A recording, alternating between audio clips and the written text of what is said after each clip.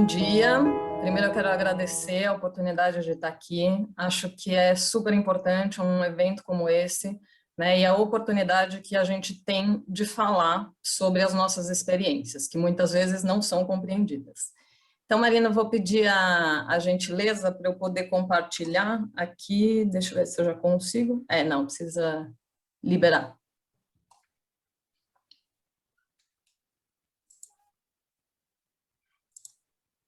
Aí. Todo mundo está vendo aqui, né?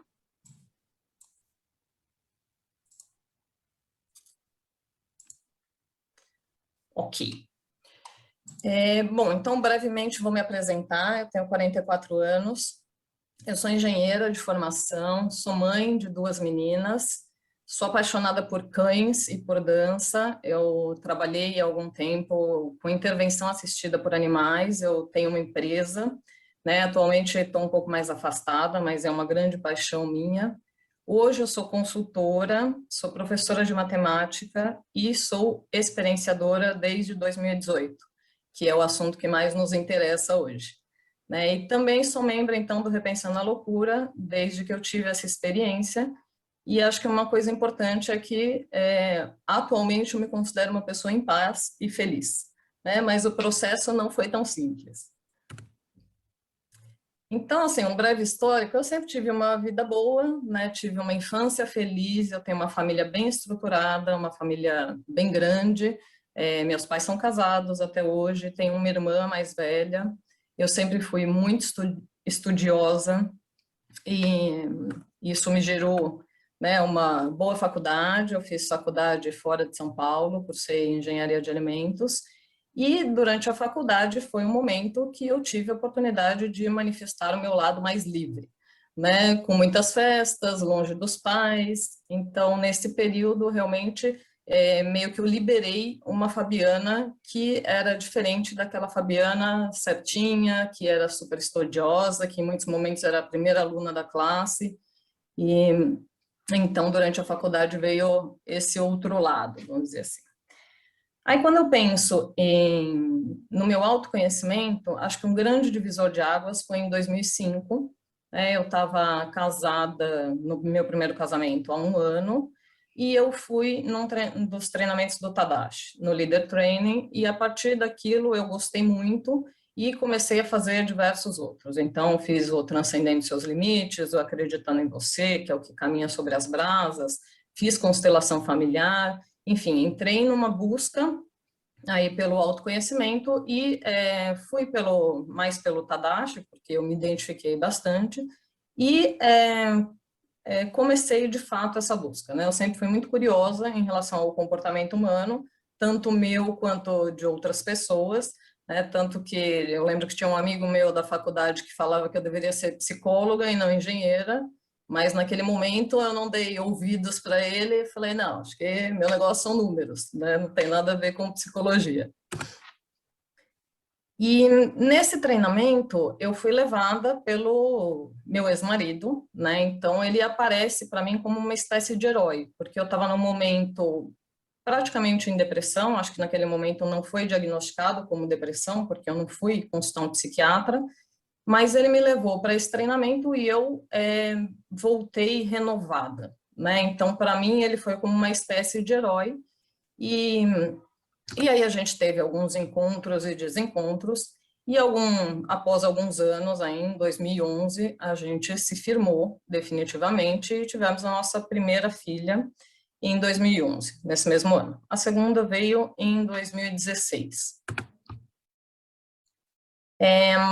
Quando a minha filha mais velha tinha uns 2 anos e meio, eu trabalhava no mundo corporativo. Eu trabalhei por muitos anos com pesquisa de mercado, trabalhava na Nielsen, que é uma grande multinacional. Depois eu trabalhei na Kantar, que era uma concorrente.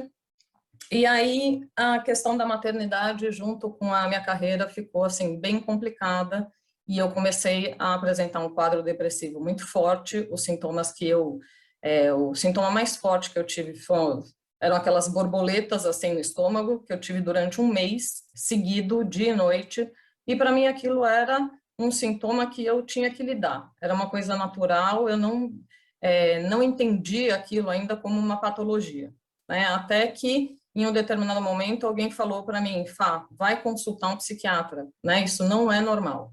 E aí, então, eu fui e a psiquiatra me deu o diagnóstico, falou, você está com depressão e você pode ou tomar remédio ou você vai sair da depressão de alguma maneira.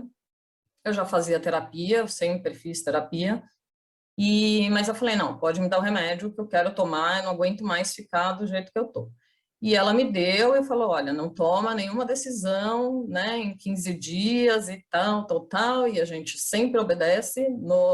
Na segunda-feira seguinte eu pedi demissão, né, e aí eu saí do mundo corporativo, isso me deu um grande alívio, porque era, né, eu estava entre as duas coisas, e naquele momento aquilo foi bom, que eu consegui. Peraí, que agora não quero andar aqui. Aí. Só que o que aconteceu? Né? Eu saí, eu perdi a minha independência financeira, então eu passei a depender totalmente do meu ex-marido, e aí eu me encapsulei naquele tão tradicional papel de mãe e esposa perfeita, né? Que a gente, quem tem filho sabe que é a gente ter duas jornadas, ou às vezes até três, enfim. E eu acabei perdendo a minha identidade. Então, assim, eu não era mais a Fabiana, eu era mãe da Melissa e da Laís, esposa, né, do meu ex-marido, e assim eu fiquei. E aí, a minha primeira crise, e aí dita de... Gente, eu estou admitindo algumas pessoas que aparecem para mim, eu não sei se está Pode certo ficar isso ou não. tranquila, Fabiana, que eu estou É, controlando aqui, tá? tá bom. Em 2018, vem a minha primeira crise de mania. O que aconteceu? Meu ex-marido falou para mim, olha, eu acho que a gente vive a mesma coisa há 10 anos, eu acho que a gente tem que se separar. A gente vivia realmente um relacionamento bem conturbado, isso desde o começo, desde a época de namoro e tudo, mas era aquilo, ele era tudo para mim. E então, quando ele me falou isso, para mim, aquele mundo que existia do para sempre, né, que era o meu marido e as minhas duas filhas, ele desabou. E aí eu falei, então, aí foi como virasse uma espécie de chave. Eu falei, então tá bom. Então eu vou ser agora o que eu realmente sou. Tudo que eu deixei de ser, né, por conta desse casamento, por conta das minhas filhas, tudo que eu abri mão, agora eu vou atrás, né? Então, enfim, foi ser o que eu era. Nos dias que se sucederam a esse momento que ele me falou isso, foram aproximadamente 2 semanas, e aí eu comecei com aquelas características, né, da crise de mania, que não comia, eu dormia super pouco, eu bebi, assim, de uma forma exagerada, né, eu sempre bebi socialmente, mas nesse momento eu passei essas 2 semanas bebendo mais do que o normal, e eu sentia como se eu houvesse recebido uma iluminação. Então, assim, eu enxergava coisas que as pessoas não conseguiam enxergar. Eu vi algumas luzes, tiveram momentos que, assim, eu vi uma luz no quarto das minhas filhas e depois, no dia seguinte, eu fui procurar aquela direção da luz e estava vazando gás. Então, tinha umas associações que, assim, eu pensava, será que é mera coincidência ou realmente eu fui abençoada e agora eu consigo ver coisas que as pessoas não conseguem? E aí, então, após esses 13 dias, dormindo pouco, me alimentando mal, no dia 29 de julho, foi um dia que eu bebi água, assim, compulsivamente. Eu andava com uma garrafa de 1,5 litro e bebia aquilo no gargalo. Foi um dia muito estranho, né? O meu pai veio para cá, preocupado já com toda a situação, e aí eu tive uma longa conversa com ele, fazendo diversos resgates em relação à minha família, em relação aos meus pais. A sensação de morte, ela era muito forte, então começou com um sentimento de morte de um cachorro meu, achava que ele ia morrer, porque ele tinha feito um cocô branco, e aí esse sentimento de morte começou a permear a minha família como um todo. Então, primeiro eu achei que fosse minha sogra, depois minha mãe, depois meu ex-marido, e por fim eu achei que quem iria morrer era eu. Mas eu sentia que não era uma morte assim física, era uma morte espiritual. E aí eu falei para o meu ex-marido e para o meu pai, falei, eu acho que eu tô sentindo que eu vou morrer, porque eu senti a palpitação também. Aí eles falaram, então acho melhor a gente levar para pronto-socorro. Eu falei, não, não quero, porque também se eu for morrer, eu prefiro morrer em casa. Mas eles insistiram e eu fui lá, eu para o pronto-socorro. Bom, cheguei lá, a psiquiatra ouviu a minha história, eu com aquele pensamento super acelerado, falando assim, numa velocidade, sei lá, 5 vezes superior ao que eu estou falando para vocês. Ele ouviu e falou assim, bom, você teve um surto psicótico, você precisa tomar remédio. E, e eu falei, não, não vou tomar remédio. Né? Eu sou muito avessa a remédio, ou era, enfim, estou em fase de transição. Falei, não vou tomar remédio, amanhã eu tenho terapia, vou falar com o meu terapeuta, e se ele falar que eu preciso, eu vou tomar remédio. E aí aquilo, assim, o meu pai não se conformava com aquilo, nem o meu ex-marido, e eu senti que se eu fosse um pouco mais firme na decisão que eu estava tendo, que eu ia tomar remédio na veia e ia ficar internada lá naquele dia. Então, eu resolvi amenizar um pouco as coisas, comecei a ser um pouco mais dócil, e eu falei, não, eu vou para casa, eu vejo se eu vou tomar, e... Bom, aí a gente foi para casa, meu ex-marido comprou o remédio, mas eu não tomei. Quando eu cheguei em casa, eu vivenciei um monte de situações que lembravam, assim, constelação familiar, então era uma coisa mais sutil.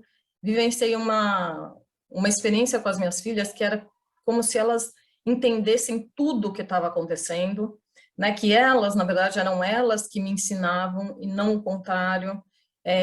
Uma coisa de muita paz, assim, com elas, a questão da ausência de dualidade, então vinha muito forte a questão do preto e do branco, do quente e do frio, mas era tudo parte de uma mesma coisa.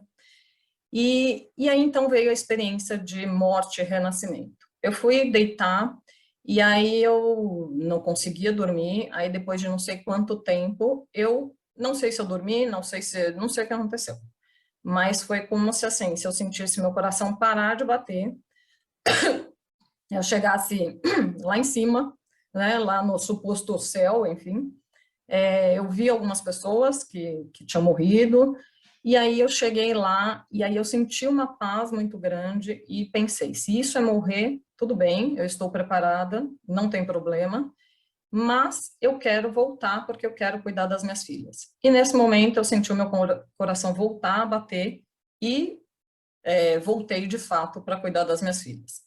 Aí eu abri o olho, e aí eu comecei a ver no celular, assim, eu passava as fotos que não existiam no meu celular, mas que eu via, e era como se eu estivesse numa nova vida, num novo corpo, com, né, o meu ex-marido, mas num corpo diferente, e eu tinha escolhido ficar só com as partes boas.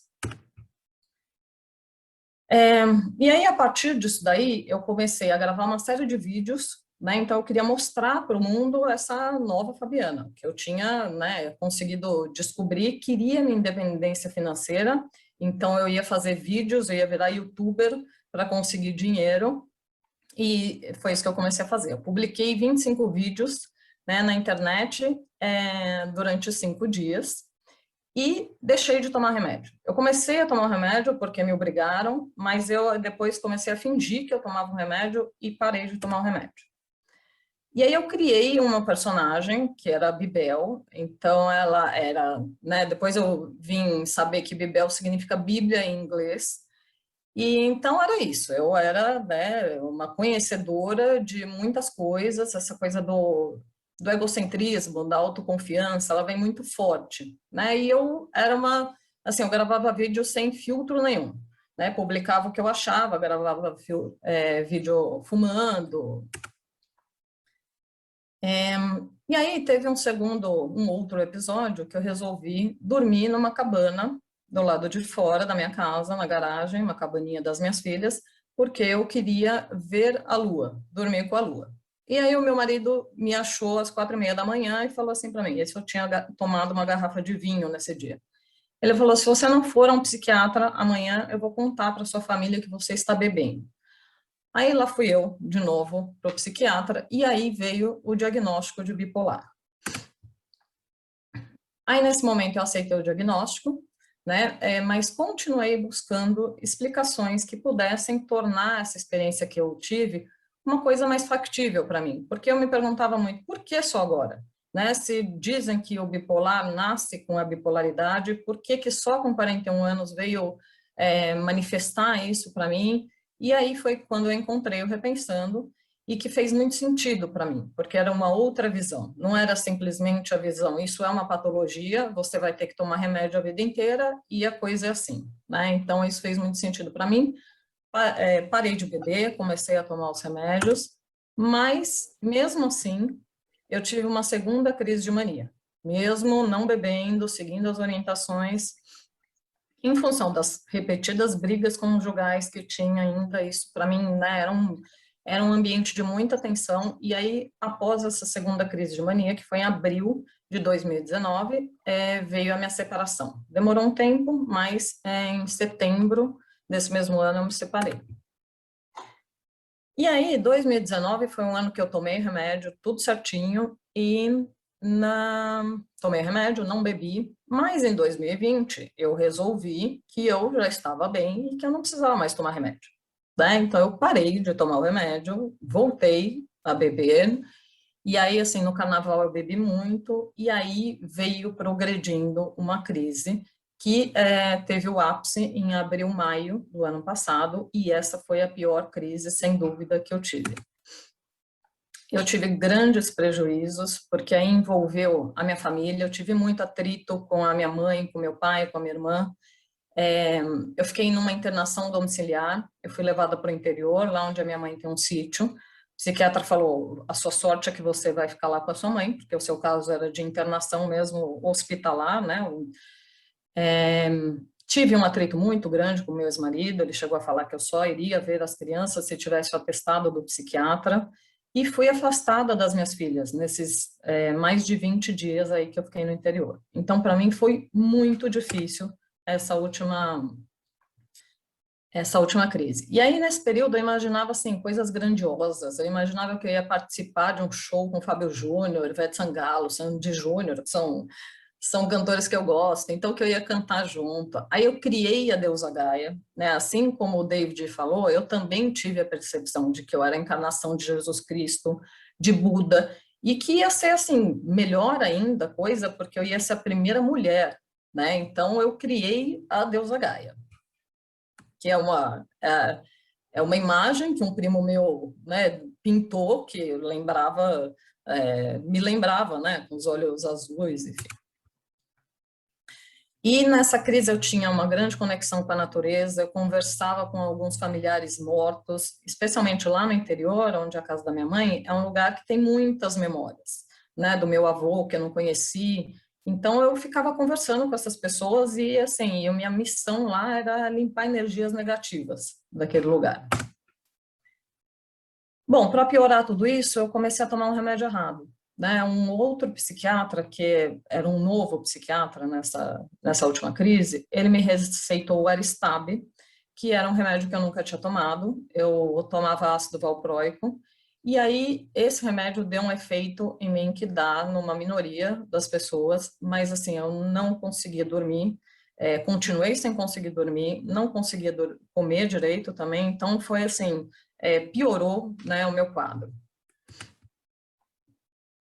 E aí, bom, eu comecei a tomar o remédio correto, voltei para o meu antigo psiquiatra e as coisas foram se estabilizando em relação à mania, mas aí a curva se inverteu totalmente e aí eu fui para uma depressão profunda, da qual eu fui me reerguer só assim em agosto, isso foi abril, maio, né, a mania, depois final de maio, junho, a depressão, e assim, a depressão de falta de motivação para respirar, né, em diversos momentos. Não cheguei a pensar em efetivamente me matar, mas realmente não via saída para as coisas. Não tinha motivação para nada, tudo era muito pesado, então foi muito, muito ruim essa depressão que veio após a pior crise de mania que eu tive. Bom, mas foram só coisas ruins? Não, né? Eu acho que é muito do que a gente está falando hoje. Então, olhando para tudo isso que me aconteceu, eu trago muitas coisas boas, né? Hoje eu sei que eu preciso comer bem, dormir bem, manter a minha atividade física, que é dançar, né, é o que eu gosto de fazer. Então, eu tive grandes aprendizados. Em relação à minha família também, a gente tem uma relação muito mais próxima. Eles estão o tempo inteiro preocupados, me acompanhando para saber se tem alguma coisa acontecendo. Eu entendi também que eu preciso ficar longe de determinados gatilhos. Para mim, o álcool é um deles, né? Eu sei. Eu preciso tomar as minhas medicações. Se vai ser para o resto da vida, como dizem, espero que não. Mas nesse momento eu sei que eu preciso, né? E eu não vou fazer isso de uma forma como eu fiz no passado. Foi realmente a decisão, eu acho que eu posso tirar. Não, isso vai ser sempre com acompanhamento do psiquiatra. E se em determinado momento eu me sentir segura e ele também, eu vou tirar algum dia, talvez, não sei.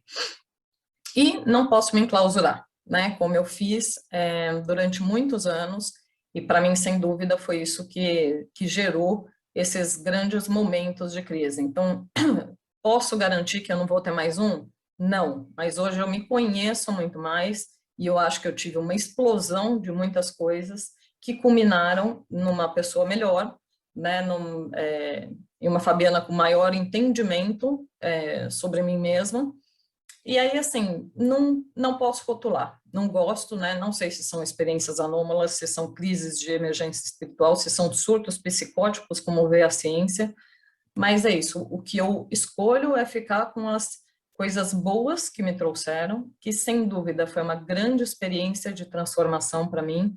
Então, hoje eu tenho uma espiritualidade muito mais desenvolvida, diria até que na época não tinha nenhuma, né, antes de passar por essas crises. Hoje eu tenho um relacionamento totalmente diferente do que eu tinha, uma pessoa que está do meu lado efetivamente, que me entende, gosta do jeito que eu sou e que eu não sinto essa pressão que eu sentia, né, para caber em algo, numa forma que a outra pessoa que está ao seu lado quer que você se encaixe. Trabalho numa consultoria, que é uma consultoria nossa, minha e dele, e encontrei o Repensando, né? Estou aqui hoje falando com vocês, que para mim é uma coisa muito importante, porque eu acho que assim existe muita coisa para a gente melhorar em relação ao preconceito que as pessoas têm, né? Hoje eu sofro isso, atualmente até, eu diria assim, semana passada eu começo a regar uma planta, que era algo muito característico da última crise, ou eu ouço uma música mais alta, as pessoas todas em volta de mim se mobilizam para saber o que está acontecendo. Então, assim, uma vez que acontece isso, você fica com estigma, né, que você vai carregar o resto da vida. Então, quanto mais a gente puder trabalhar para diminuir esse preconceito, eu estou aqui para ajudar. E acho que a questão que a Lígia comentou também do peer support é uma coisa muito legal, diferenciada, que tem lá fora e que aqui não tem. Então, eu acho que isso é uma coisa que a gente pode trabalhar muito aqui. E a última mensagem é que, assim, não somos vítimas, né? Todos somos responsáveis pela nossa própria cura. Então, isso é uma coisa que eu aprendi também e eu sei que cabe a mim, com o suporte de muitas pessoas, mas cabe principalmente a mim procurar a minha cura e me manter saudável. Então, termino aqui assinando como Deusa Gaia, que são personagens que eu carrego com carinho. E muito obrigada pelo espaço.